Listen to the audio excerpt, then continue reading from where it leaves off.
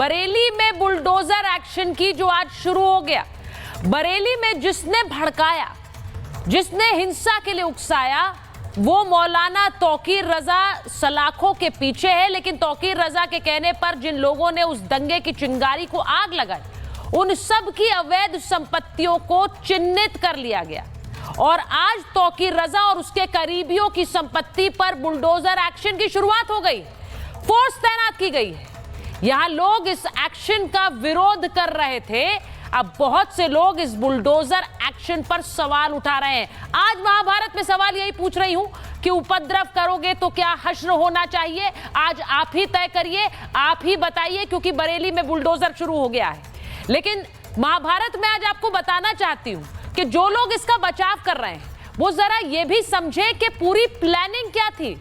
तौकीर रजा के करीबी नदीम को पुलिस ने गिरफ्तार किया है और नदीम ने बड़ा खुलासा किया है।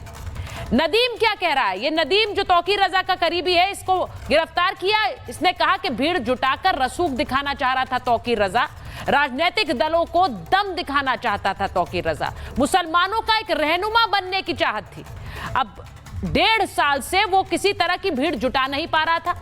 लव वाले कैंपेन में मौलाना को एक अवसर दिखा और उसने वो अवसर लपक लिया। सियासी रसूख के चक्कर में बवाल की ये पूरी साजिश रची गई।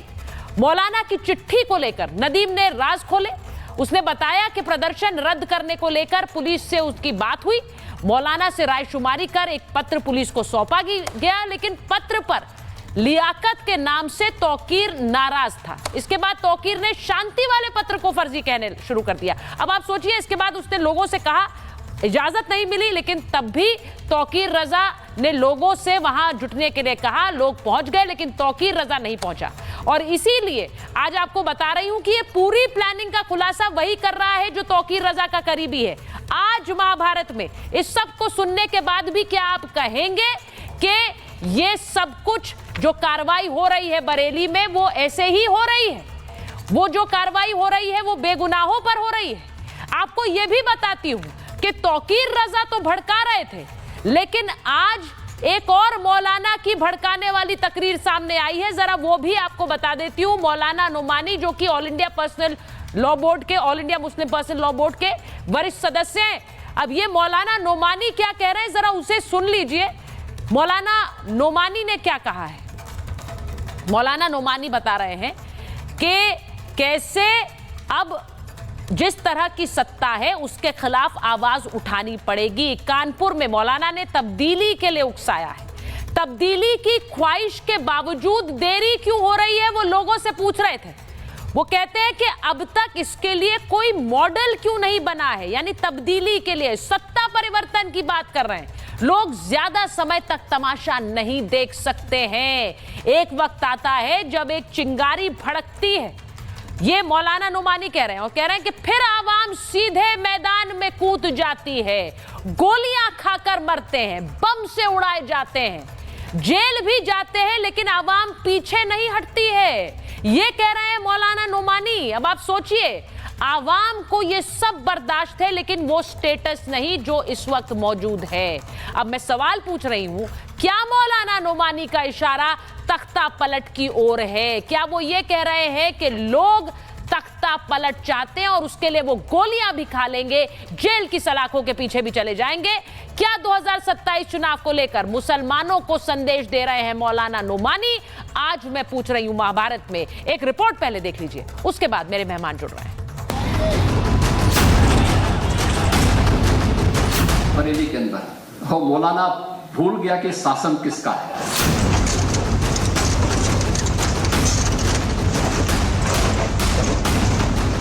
मौलाना तौकीर रजा ने जब बरेली को दहलाने की साजिश रची तो वो भूल गया कि यूपी में किसकी सरकार है। अब योगी आदित्यनाथ तौकीर और उसके समर्थकों को दिखा रहे हैं कि यूपी में किसका शासन है। बरेली प्रशासन ने तौकीर के दफ्तर सहित उसके समर्थकों की 74 अवैध संपत्तियों को चिन्हित कर जमींदोज करने के लिए कमर कस ली है। बरेली की इन तस्वीरों को देख लीजिए। बाबा का बुलडोजर गरज रहा है। तौकीर और उसके समर्थकों की अवैध संपत्तियां चूर चूर हो रही हैं। बुलडोजर एक्शन से पहले जो लोग विरोध कर रहे थे उन्हें पुलिस ने कस्टडी में लेकर जेल भेज दिया।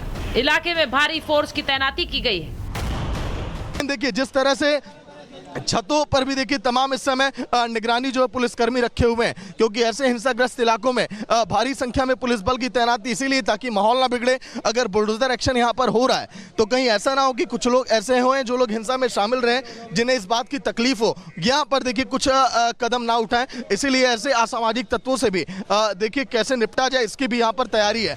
बाबा का बुलडोजर अवैध संपत्तियों को तो तोड़ ही रहा है, इसके साथ ही बरेली में तौकीर के घमंड को भी चूर चूर कर रहा है।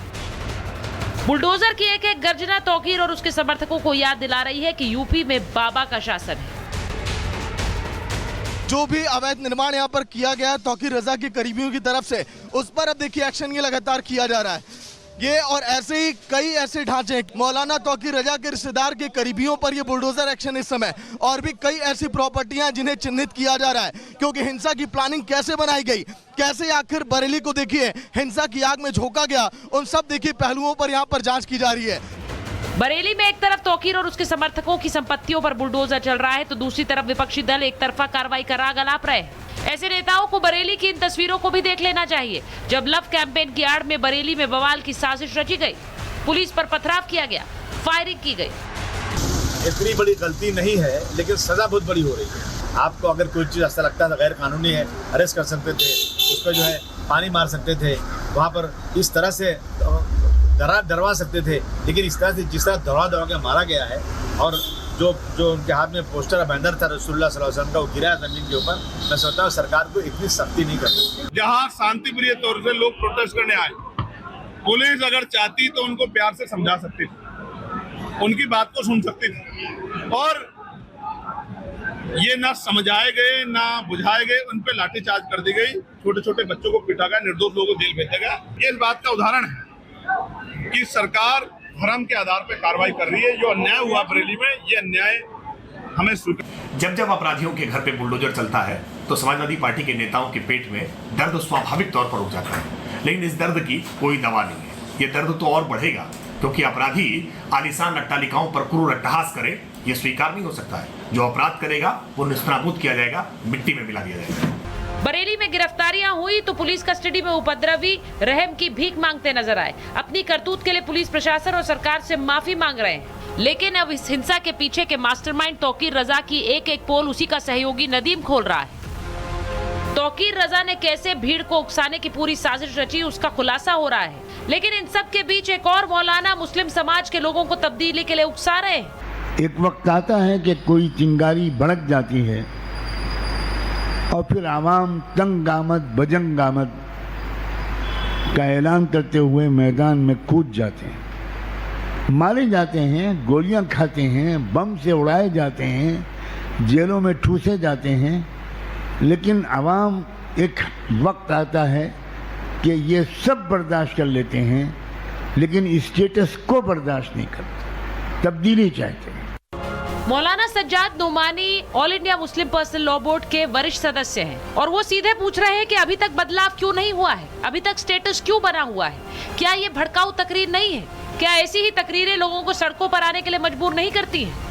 एक तरफ मौलाना तौकीर रजा पर एक्शन हो ही रहा है, इस बीच एक और मौलाना भड़काऊ तकरीर दे रहे हैं। इसका क्या हश्र होगा? क्या सियासी दल और सियासी लोग दंगा और बवाल जैसे संवेदनशील मुद्दों पर भी सियासत करने से पीछे नहीं हटेंगे? महाभारत में आज बात इसी पर। Bureau report, Republic Bharat.